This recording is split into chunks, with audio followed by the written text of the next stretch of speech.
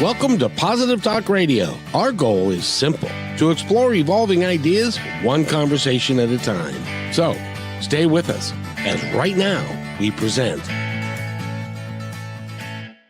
I'm really excited that we have the guest we have today. He was on the radio show not too long ago, and so you can always go to positivetalkradio.net or to YouTube and to Positive Talk Radio, and you can watch that one that we did just a couple of weeks ago now, I think. A couple of weeks, and yeah. Yeah, and Chris is back with us here because we got more to talk about. We're not done yet. So, Chris, how are you today? I'm fantastic, Kevin. It's a pleasure. I was just saying when I logged on, it's like logging in to see a friend. Me too. I feel that way. You are a remarkable human being. You're doing some great work in the world, and I don't poo-poo yourself. I know that It's true. I need to practice receiving. It's a good reminder. Thank you. because we all have our gifts and stuff, but you have taken it upon yourself to do some really remarkable things, including the practice you have, the book you've written, which, by the way, the book is called, hold on, I'm getting there here in a sec, and well, maybe I'll ask you. And the book, no, there it is, Be You: The Journey of Self-Realization. Yes, And that's it. Chris, I got to ask you, why is it that when people get the opportunity to get a book like that, and they say, be you, and then the first thing that people say to themselves is, well, who the hell am I? Why should I be me when I see all these other people that are doing so much better than me, and they're so different, and I admire them, and I don't really admire what I am? Why do you think it is that people do that to themselves?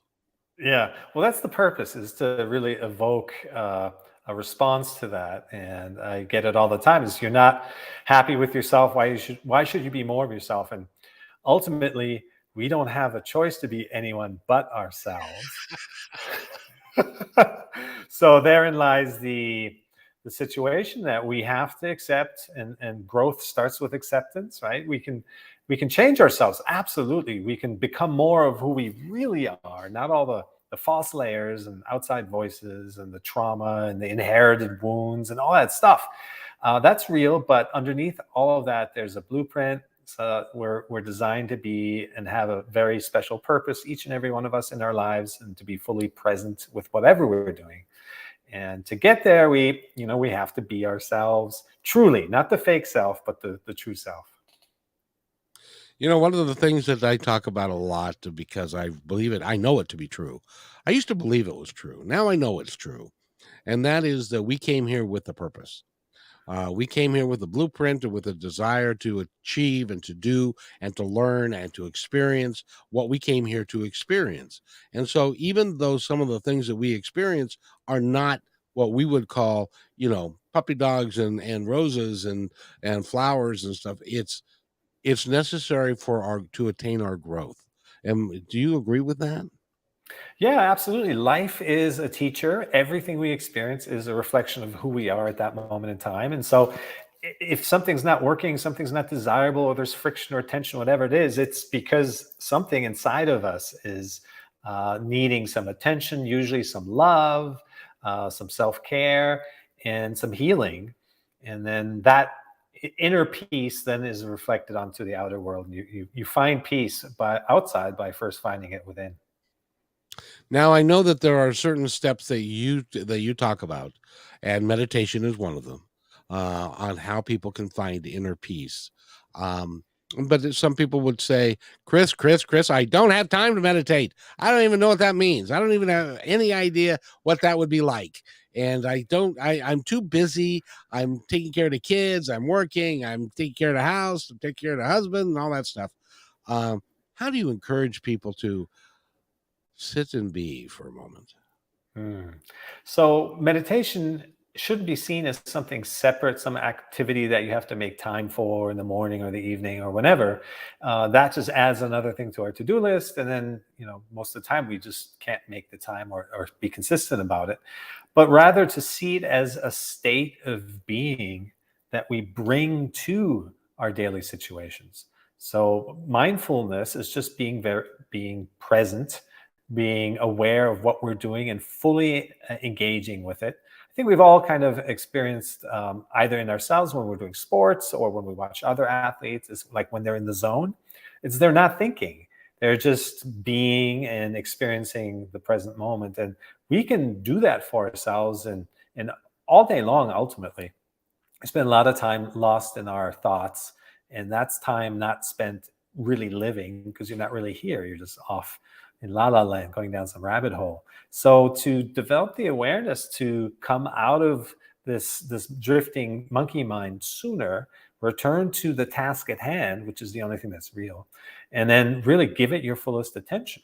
So it's okay to have a to-do list. You wake up and you have things to do during the day, but while you're doing each one of those to-do list items, you should be fully engaged with that activity.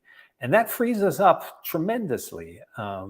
Most of our energy gets burnt on trying to essentially predict the future, right? Anticipate every possible outcome. And we can't. Life is too diverse and too magical, really, because it can go so many different ways of expression.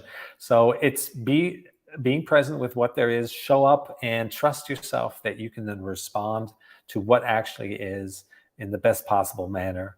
And you can practice that standing in line at the coffee shop waiting, right?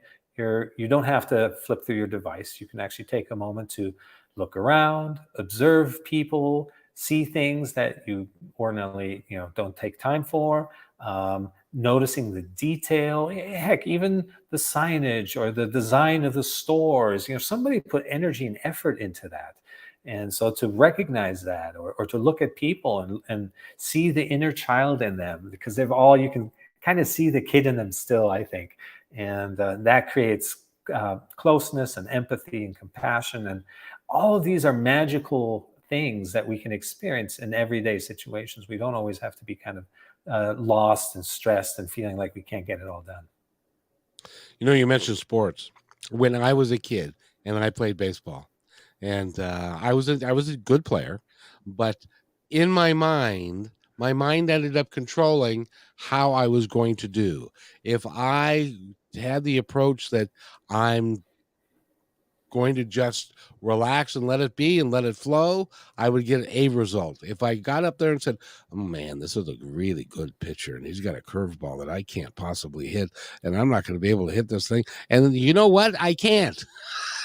But if it's the same guy and I have a different idea about, um, he's just a kid, he's just a pitcher, and I can hit this guy and I can do this, I had a completely different outcome. Is that kind of how our life works a little bit? Yeah, absolutely. And baseball is a great example of that. There's so little time between the pitcher releasing the ball on the mound to where it reaches home plate. And if you think too much or if you think at all, you're just not going to have enough time to bring the bat around and hit that ball. So you have to be super present, see the ball, anticipate it, and swing for it. And and that really is how life works, is waiting for the moment to reveal itself and then responding to that. That is the most efficient, that's the most productive. We don't burn energy, and we're not in resistance. That's the biggest thing, right? The resistance is what really makes us miserable. And we can do that in the workplace. We can do that at home. We can do it anywhere by not overthinking the situation. And isn't that what mindfulness is being all about? Is not overthinking everything. And I remember that time when I did this and this happened, and then suddenly magically it appears, and that's what happens again and stuff. It's mindfulness to just relax and let it be and know that you're okay. Is that a fair assessment? That's a beautiful assessment right there. And you can take it, even up a notch from there. It's not just coming out of the overthinking, but it's coming out of the thinking altogether, in the sense that we no longer identify with our thoughts, but rather we can observe them, because thoughts are going to come along. They just pop up. There's no reason to resist them or question why, but when a thought comes along, that you have the ability to just be aware of it, observe it. So we can obviously be aware of a thought. So that means we're not our thoughts. We're a deeper awareness.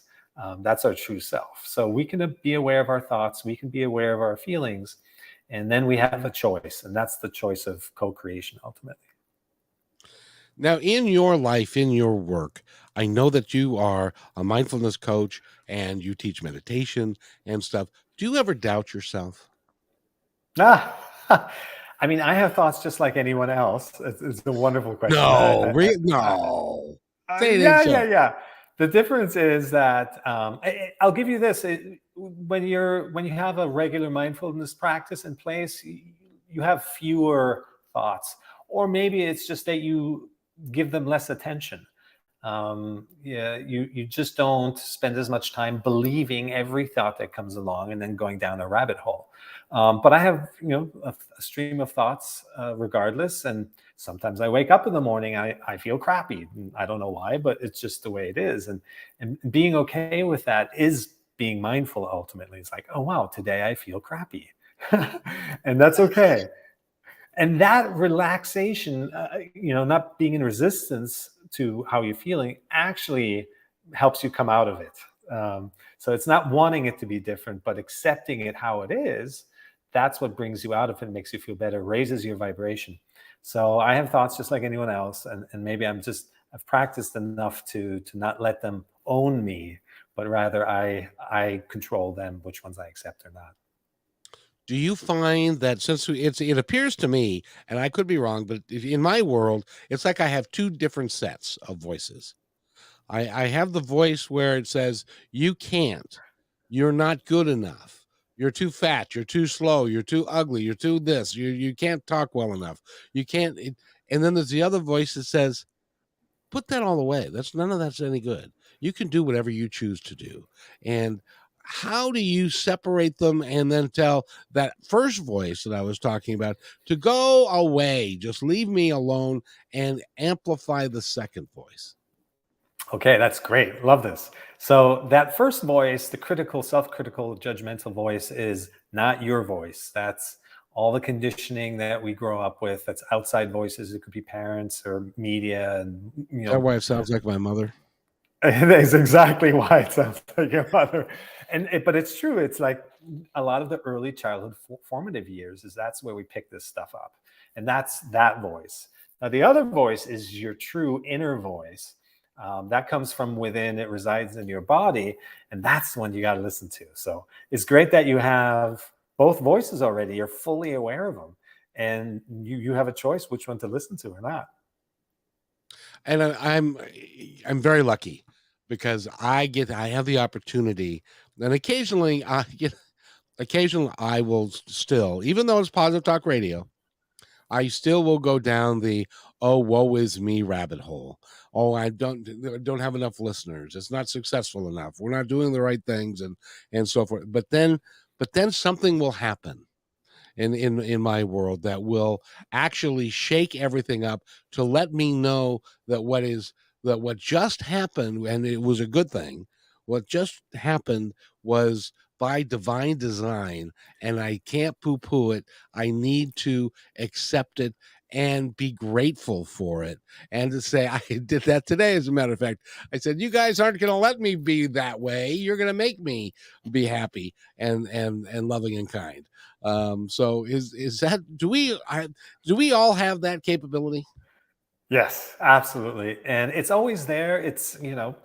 You hear that voice, the inner true self voice all the time. It tends to be a subtle, quiet voice. And then the big voice, your mom's voice, is what drowns it out. And that's okay. Yep, that's um, so true. the awareness of it is what will help you discern between the two. And then, it's when you feel um, self-critical, there's that feeling shows up somewhere in your body when you feel down and you're bummed and self-judgmental. That is a sensation that shows up somewhere in your body. It could be your stomach. A lot of emotions are stuck there, and it could be your chest, your head, back of your neck, wherever it is. And if you give that spot attention, locate it, see where you're feeling it, and give that, because that's the feeling, right? and give that spot attention, unbiased observation, and you'll be amazed how the feeling will arise and then it will pass, because that's what feelings do. They arise and pass unless we react to them, unless we go, oh, I don't like that, and we push it away and that keeps it stuck. Or, ooh, I like that, but then we cling to it, we crave more of it, and that's what keeps it stuck. So we're interfering with the natural flow of life coming and going, of emotions arising and passing, when we're in this reactivity. So awareness of feelings, giving them space to be, awareness of thoughts, allowing them to show up and leave again. That's what it's all about. Is that where stress comes from? 100%. There is not enough room in the present moment for anxiety, for stress, for fear. All of that only exists when we're lost in thought in some future moment, or we're, stuck in the past, regret and things like that. But when we're really focused on what we're doing in the zone, so to speak, then there's no room for any of that. It just doesn't exist. So if we're experiencing fear and anxiety, anyone who's listening, it's a sign that you're too much in your head. And that's okay. It happens to everyone. It happens to me too when I'm really in the mental mode, and I feel myself hitting a creative block. That's another sign, right? Or these fearful, anxious thoughts arising. Then we know we're just too much in our head. Time to reconnect with our body. It could be a walk in nature. It could be taking your dog out.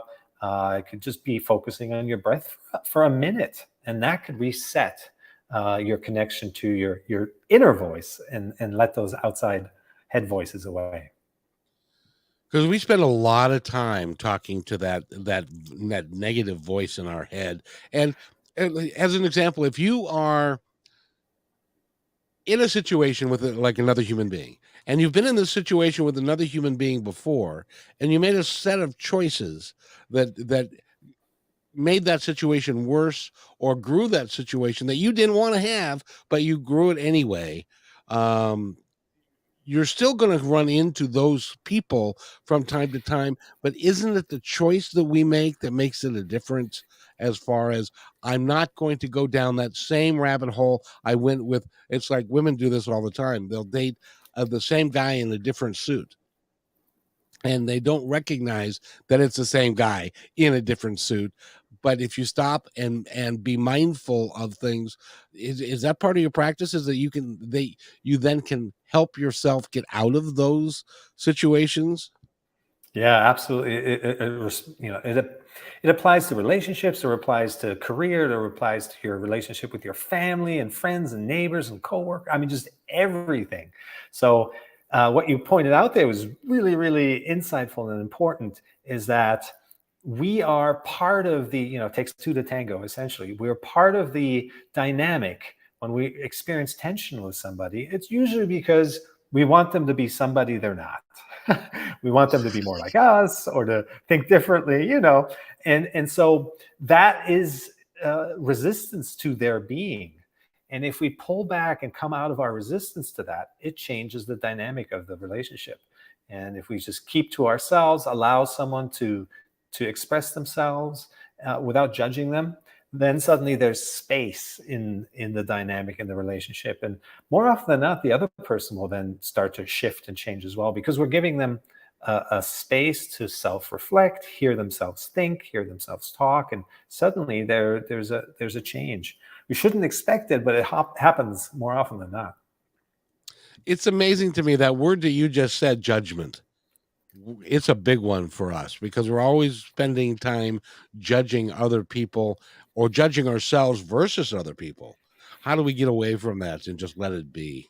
The Mm. gospel according to Paul McCartney, that is, by the way. Yes, Just Paul is the ultimate. Yeah. So it comes down to thought awareness, right? It's knowing that this thought is judgmental. I'm going to let it go. Here's another judgmental thought. If a million judgmental thoughts come along, you have the ability to not believe them, engage with them, and then one thought leads to the next and the next, and it goes nowhere. It sucks us into a downward spiral. But to have the awareness that I'm not going to engage with this energy that this particular thought is bringing along. And from there, you can generate the same positive upward spiral by only accepting and engaging with good feeling thoughts, benign thoughts, compassionate thoughts, and curious thoughts, and just loving thoughts, loving kindness, and caring thoughts, both for yourself and for others. And then we nurture ourselves to think more in those, and in that track. So we have 100% of our happiness and our health and our peace is within our control, within our grasp. Not only is the opportunity there, it's a responsibility ultimately, because then as we heal ourselves, we don't put our stuff on others anymore, and then we start to heal our environment. So we become healing machines for the world. I like that. That's a bumper sticker. I want to be a healing machine. Yes. That you have my permission to create that bumper Can I steal sticker. that from you?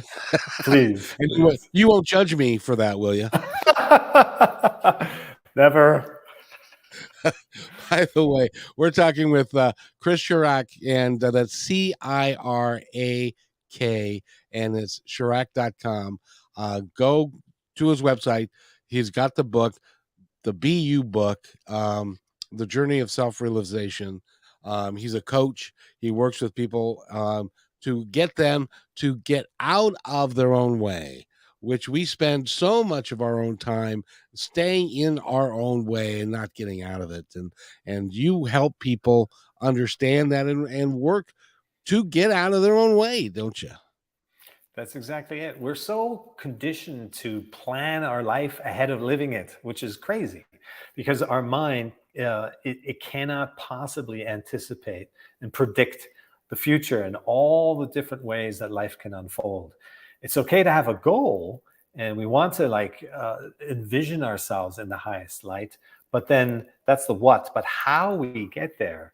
We should be open and flexible and allow life to lead the way, and always take action, of course, but kind of ride the current is what it feels like, as opposed to trying to make it all happen on your own. That's a scary little place to be in, to try and have to figure out life all by yourself.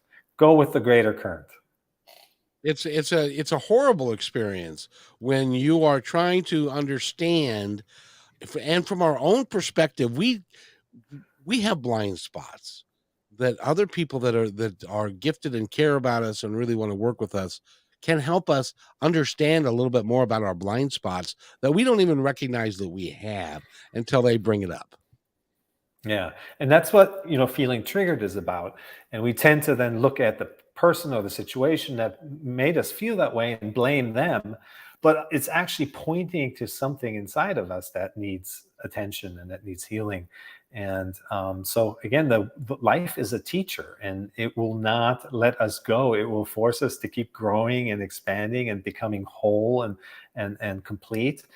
And ultimately, that's actually a really beautiful thing, that life wants us to heal and wants us to be complete. So that's the system we live in, and the way it's designed to work. So being in resistance to it doesn't behoove anyone. Ultimately, there's heaven on earth is waiting. It's just we have to allow it to happen, and like you said, get out of our own way. Now that doesn't necessarily mean that everything's going to be sunshine and everything. And you're still going to have rainy days. They're still going to have moments, but it's how you handle it. Isn't it how you work with those moments makes a distinction between whether or not you're going to drown in the rainy day or whether you're just going to put up an umbrella and get through it. Yeah, that's beautiful.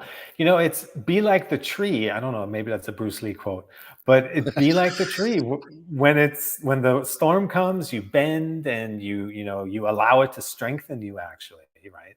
And then knowing that the sun will shine again, and then that's when you open your blossoms and you grow new leaves, and so you become bigger than just the individual experiences, and kind of dwelling on them and stewing on a situation for what it is. But it's exactly like you say, make the best out of what you have right now. It's there for a reason. It'll help you grow regardless, especially the tough times. And then knowing that this too shall pass, or the Ram Dass statement. And then ultimately, the things that challenge us the most actually turn into our calling, which is incredible. Once I understood that, I was like, wow, that's a game changer. Is to really understand the ways I'm being challenged, the things that I overcome make me an expert at of overcoming those things. And that's what then puts me in a position where I can help others. That's brilliant. So rather than say, woe is me, you can say, I'm learning this because I need to learn this so that I can then turn around and help others with the same thing. Exactly. Yeah. Yeah. And ultimately, again, this is just when you start seeing how life is designed, really programmed, if you want to call it that. It's we start out with focusing on oneself and one's issues, and we're kind of self-absorbed all the time. But as we work through these issues, we resolve them, we release these layers of stuck feelings inside of us, and then more and more and more we open up to become, just naturally become of service. And then we can help others. It's really beautiful. It's not self-absorbed at all, or self-aggrandizing to work on yourself and to put self-care into you. A lot of people feel shame and guilt around that, but that's not the right place for that. It's really healing yourself first, like they say in the airplane. Put the oxygen mask on yourself first before you help others, because then you're in a position to provide strength and guidance. Why would someone I truly don't understand this, so help me here. Why would somebody intentionally have the mindset that they don't deserve to be good to themselves? Hmm. Yeah, there's all kinds of stuff. It usually goes back to early childhood, and I don't think it can be avoided. There's no such thing as a perfect parent. You could be a little child and you're at the supermarket, and then you're crying, and in that moment when you need a hug, your mom turns away to get something from the next aisle, and boom, you feel abandoned. And then you take that into your adult relationships, and you're always seeking to control and steer and avoid that feeling of abandonment that most likely you don't even remember, you're not aware of. Like you said earlier, it's so subconscious, a blind spot. And so these blind spots start to dictate and control our behavior, and we're not even aware of it. So more and more awareness, and it can come out in all kinds of different ways.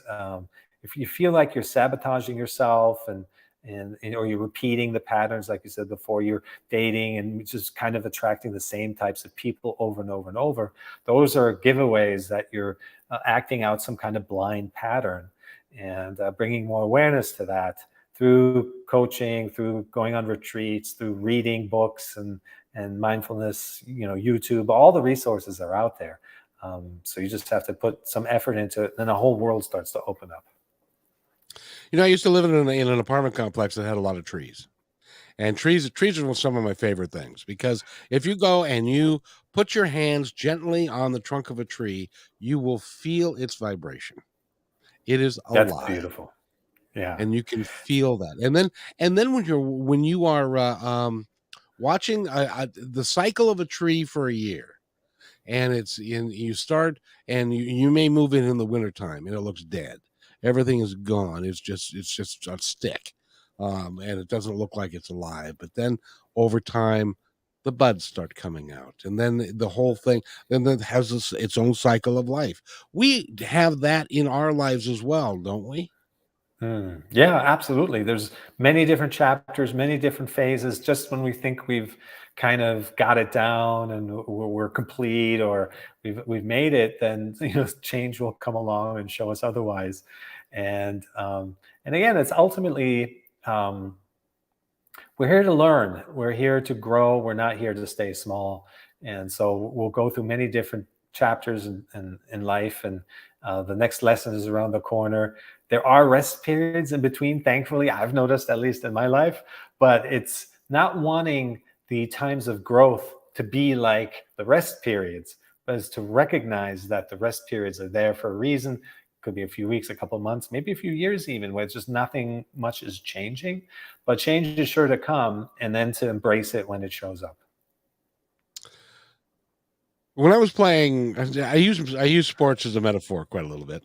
And when I was in high school, I played football. I was a nose guard, and nose guard's right in the middle of everything, right next to the center and stuff. For those that are not familiar with football, and this one game was the first game of the season, and I played so well. and was so happy with myself. And the coaches were happy. As a matter of fact, at one point, the announcer said, tackle made by guess who? Because I had made like 5 in a row and that kind of, and so, and then of course, I was all full of myself. I was now the greatest football player, and people would pat me on the back and all that kind of stuff. Well, unfortunately, the next week came and I got my butt kicked. And then everybody said, "What the hell happened to him?" Nothing happened to me. It was the same thing. It was just different and stuff. And that's kind of have how we have to look at life. I think. Yeah. Well, there's a couple of beautiful examples in there. So one is there's this thing called inner child healing.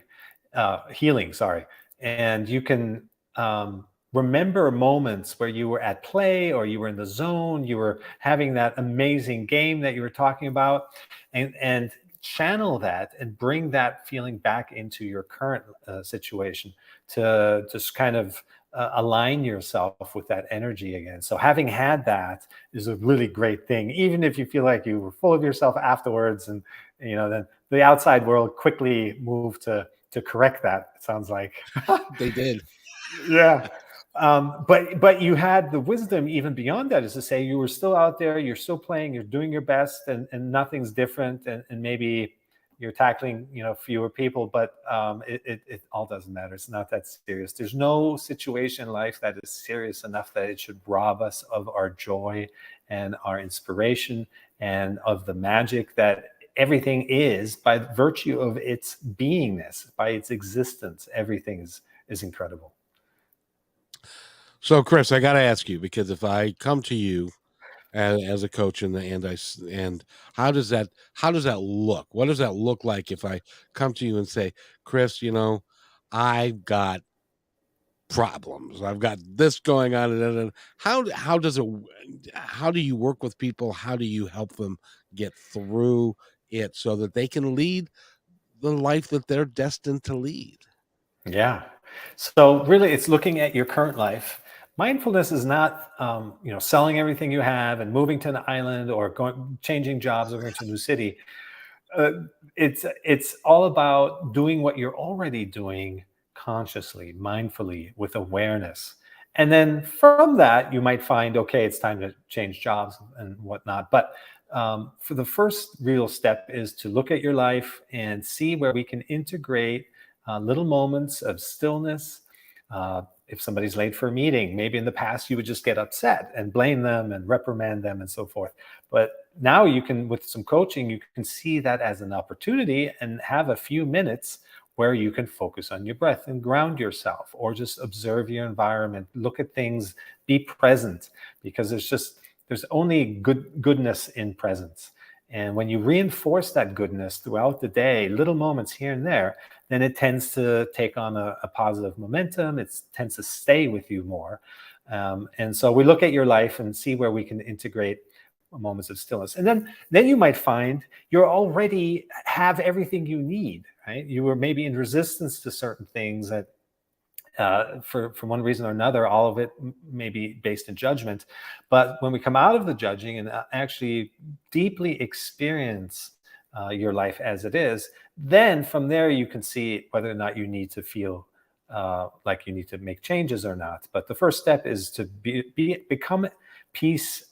make peace with what you have, and then the change will reveal itself. That sounds harder than it sounds. Than you make it sound. Being at peace with yourself can be a challenge, I think, isn't it? Mm. Well, I mean, I have weekly Zooms, free Zooms that anyone can join. You're free to welcome and to come along, and we you do need a support network. It's true in the beginning, especially, and just like-minded people. It's the energy in the room, even if you're sitting in silence for 5-10 minutes, knowing that others are there doing the same makes you feel less crazy, and it's just it helps. The energy just is supportive, and it amplifies the intent and the purpose of it. So So when is this call that you do? this is Sundays. If you go to my website, there's a free sign up for a weekly Zoom. I do a talk about mindfulness principles and how to integrate them into our daily lives, and I do a little Q&A, and then we do a guided meditation. So everyone is free to join that. Just go to my website, Cirak.com. It's on the homepage. And Cool. yeah, and then just, there's my book. There's other speakers and teachers and coaches, and find what really resonates with you, right? Try them out, and ultimately a good coach, they're all saying the same, but they have a different background, they have a different voice. I have 25 years of corporate experience, and in tech and startup and entrepreneurship. I've been in higher education, so those things shape me in a way that makes me unique. And if that resonates, then you would want to, work with me. If it doesn't, you work with somebody else. But the point is to do something about it, and invest in yourself. This is all really just investing in yourself. So because you were in the corporate world and you were in higher education and stuff, if you are in the corporate world and you are feeling stuck where you're at in the job that you have, you're not moving forward the way you think you should or could, or you just hate your job. When your Monday morning starts at noon on Sunday, because now you're thinking about, oh, I gotta go back to work tomorrow. I hate that job. You would be a good guy to call. Yeah, that's correct. And the first thing really we'd work on is to release the dread when that comes up the night before, or when you're thinking about it, is to release the dread. Because if you don't, then you're kind of in reactivity, and then your whole day goes down the drain quickly. We want to come out of reactivity first, and then when we see things clearly, then we can take action. And that might mean having a talk with your superior. It might mean making changes, requesting things. The courage to be in alignment starts to arise, and say, hey, I'm not sacrificing my alignment for anything. And then you're more trusting and resilient in your actions. So you might find you may not hate that job. Actually, you may have been hating the thoughts about that job, and then being in reactivity all day to those jobs. That's 90% of our energy suck. So if you can come out of that energy suck and actually just be present, and then see how that changes the dynamic, and then go from there. You know what you also might find, and you tell me if this is true, and that is that okay, so you're going to stand in your own power and you're going to have this conversation with your boss.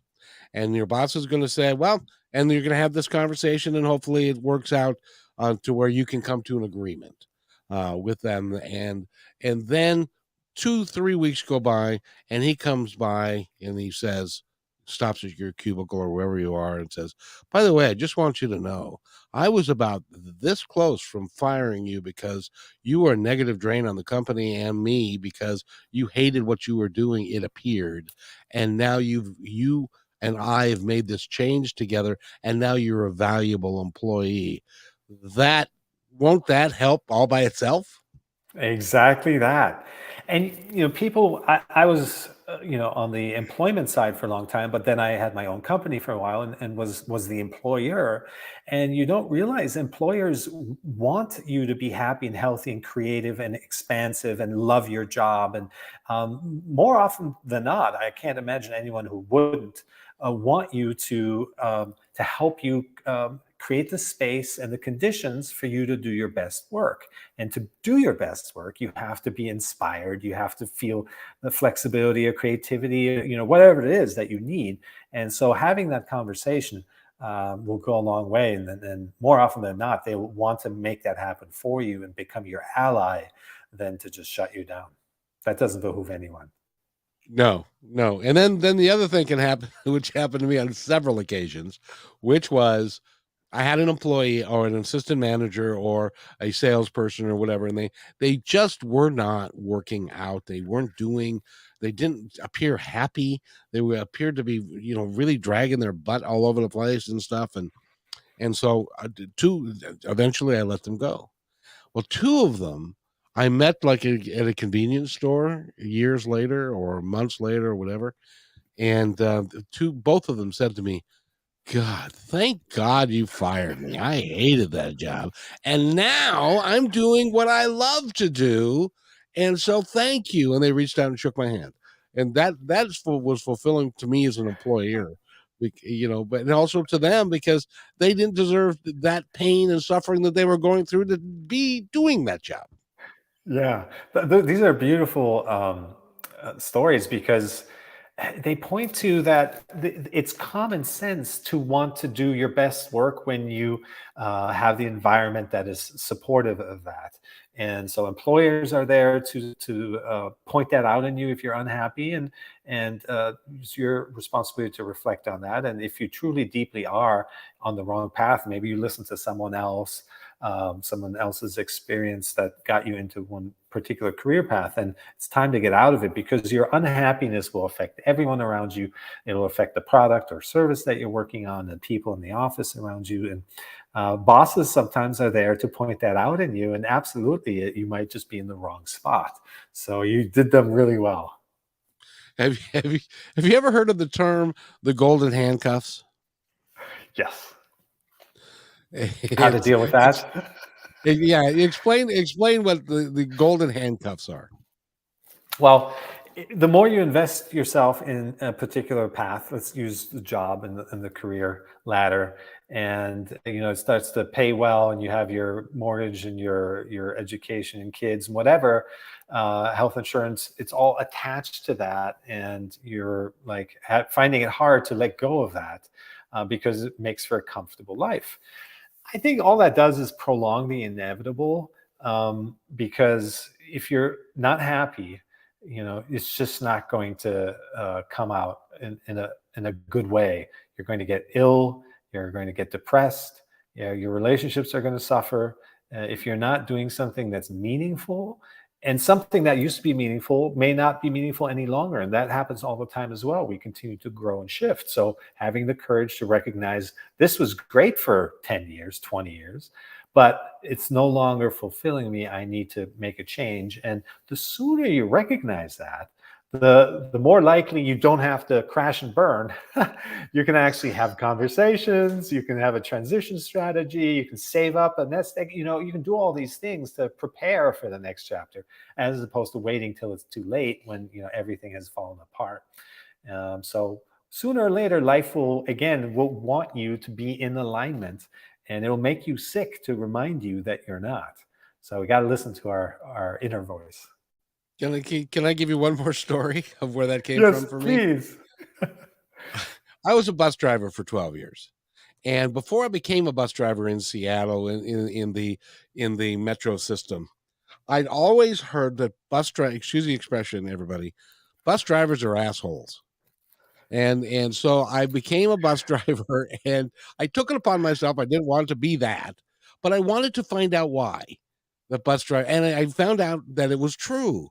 Because I would have to go train on different buses and stuff. And these bus drivers did not like their job. They didn't like the people that they were taking care of. They didn't like anything about it. But the reason that they were there is because they made more money doing that than they could do anything else.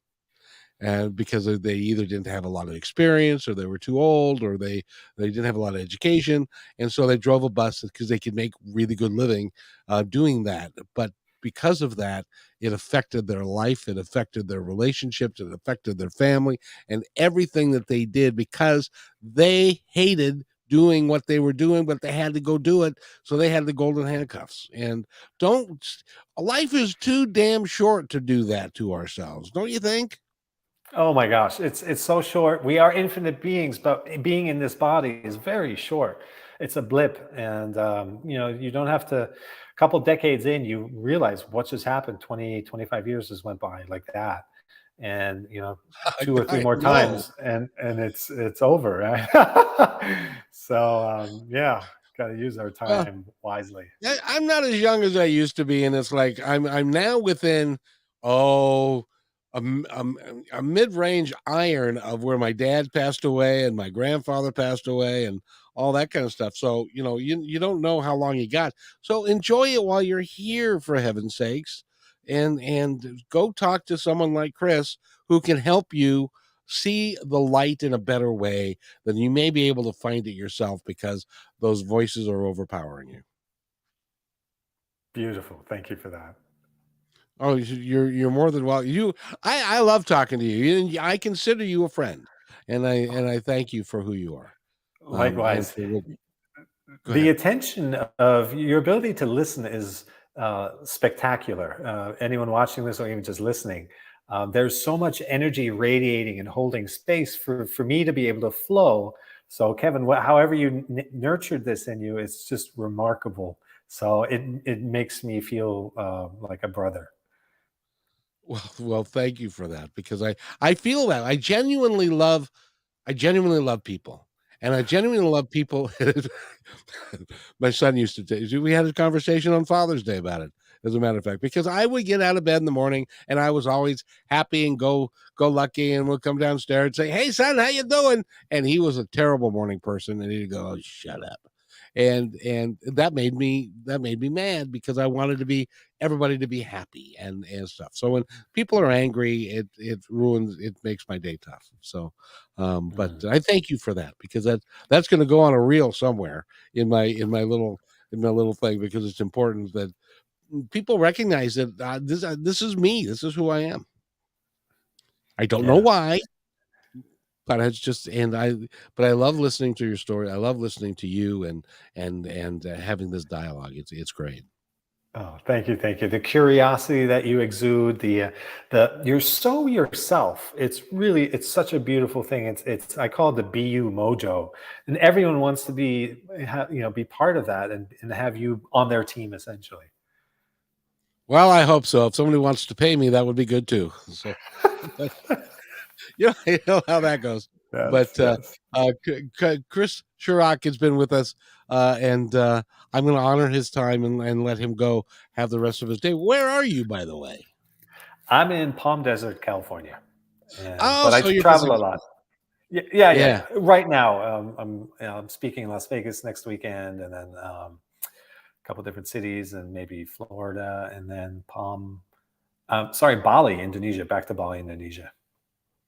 Well, whenever you make your way up to Seattle to do a conference or to speak, let me know, and we'll do a series of interviews with you to try and promote that. Oh, that would be spectacular. Live is even more amazing. Yes. Well, yeah, and we might even figure out a way to do your seminar live over the radio. That would be Yeah, fun. that would be super Uh, fun. Yeah, thank you. Yeah. So we'll work on that. But in Yeah. any event, what in I would like I'm going to set myself aside because I really would like you to tell our audience anything that is on your mind to let them know about you, about how life works, how that you can help them, anything at all. Mm. I think the most important thing is to recognize, and we touched on it during our chat, is that life is here to show you how to get better. And there is no right or wrong. You're always experiencing yourself. Everything that happens, you're seeing it through your lens. Somebody standing right next to you, it has a different experience through their lens. So really take that to heart that whatever you're experiencing is something about you, good or bad, positive or negative. It's all valid and it's all real. And giving it attention, allowing it to be, working with it, really becoming kind of mindful of what life is trying to tell you, and let that lead the way. And then you have nothing to fear. That is beautiful, and I thank you very much for that. I'm currently working on my driving skills, and not on how to drive, on how to keep from getting mad at other drivers. It's So it's those little things that really get to us. So yeah, that's a good one to work on. well, it's like, have you ever, the guy that is in a hurry, and he comes and he tailgates you because and you're going 5 miles over the speed limit, but he's tailgates you because he wants you to get the hell out of his way, but there's a guy right in front of you and he can't go anywhere anyway, and so my initial instincts is to get mad at him and to give him the one finger salute or something, but I'm learning Yeah. now to try and just say, well, maybe his wife is in the hospital and so I'll just quietly get out of the way and stuff sometimes. I haven't perfected this yet, by the way. We're still working on it. They call that being human. Yes. Well, we're always a work in progress. And so thank you for being here, young man. Chris Cirak, go to Cirak.com, find out all about him. It's trust me, it's worth the trip. And I want to thank you for being here. And will you come back and see me? Anytime. Unequivocally, yes.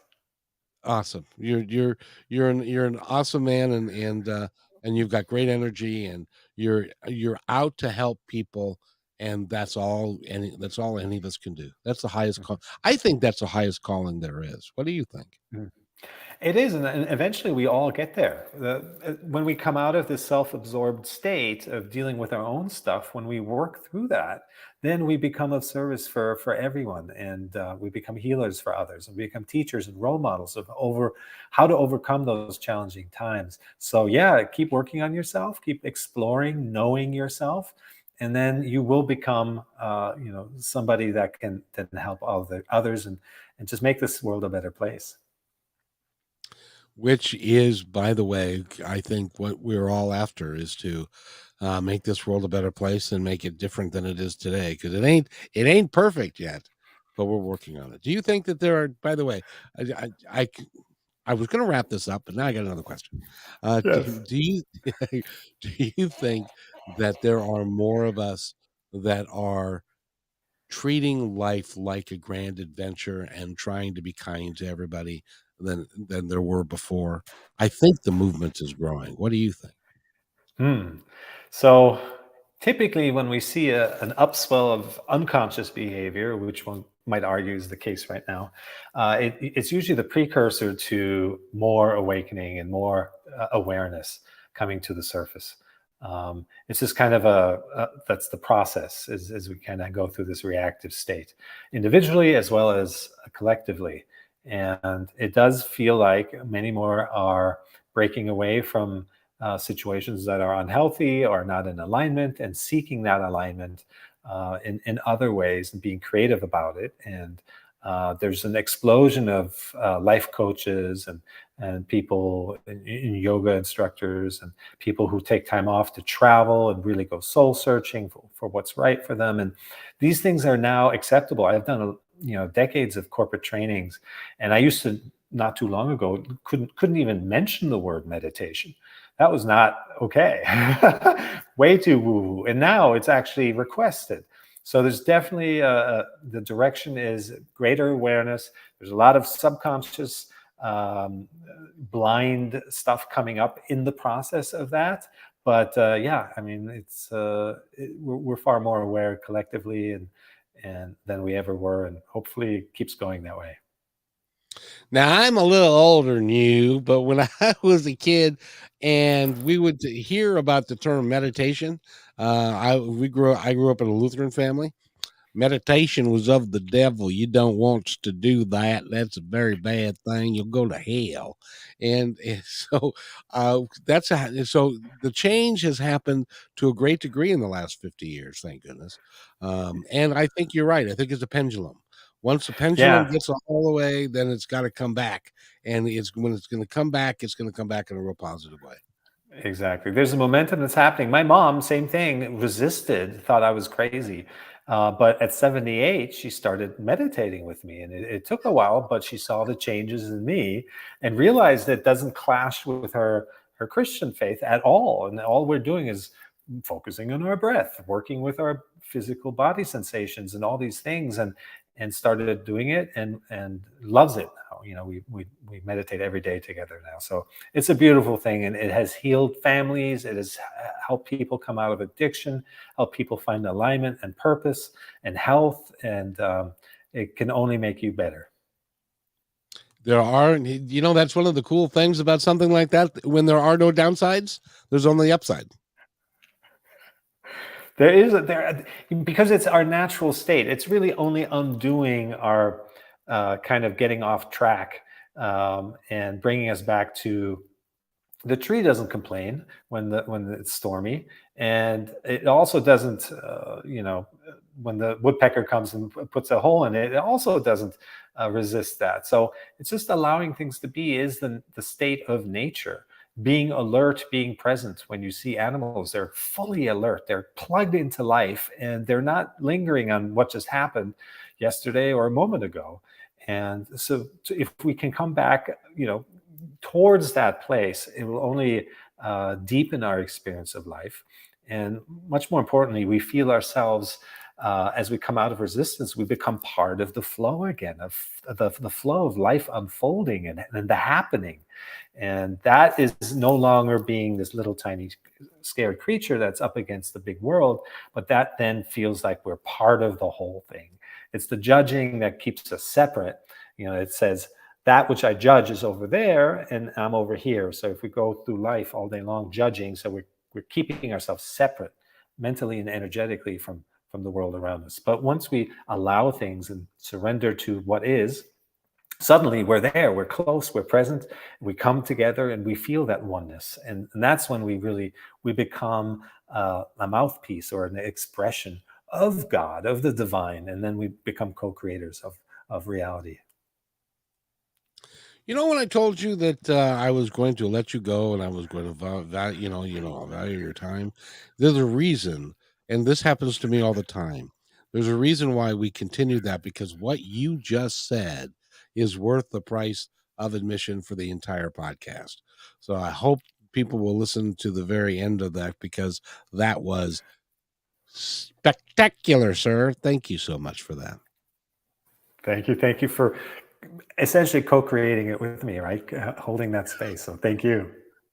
I appreciate that you did that's if people would abide by those principles, the world would be a different place. Go to Cirak.com. That's Cirak.com. Find out all about him. Sign up for his Sunday free. Did I say free? I meant free. If I didn't say free, I meant free. His Sunday meditation, to where you can go with other like-minded people and learn about it in a safe environment. That would be really a cool thing to do. So then you can go sign up at his website, which again is Cirak.com. Chris, thank you for being here. I so appreciate it. Thank you, Kevin. Thank you for your presence and your shining light. It's actually my bald forehead, but that's beside the point. So I have thank that you. too. So I know it's what do you do? What do you do? So thank you, Chris, and wait right there. I'll be right back.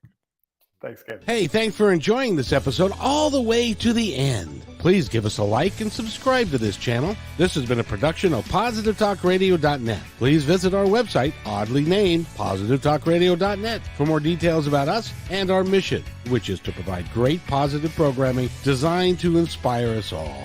I'm Kevin McDonald, and I'm proud of these shows, and I truly hope that you'll like them and share them with friends and family.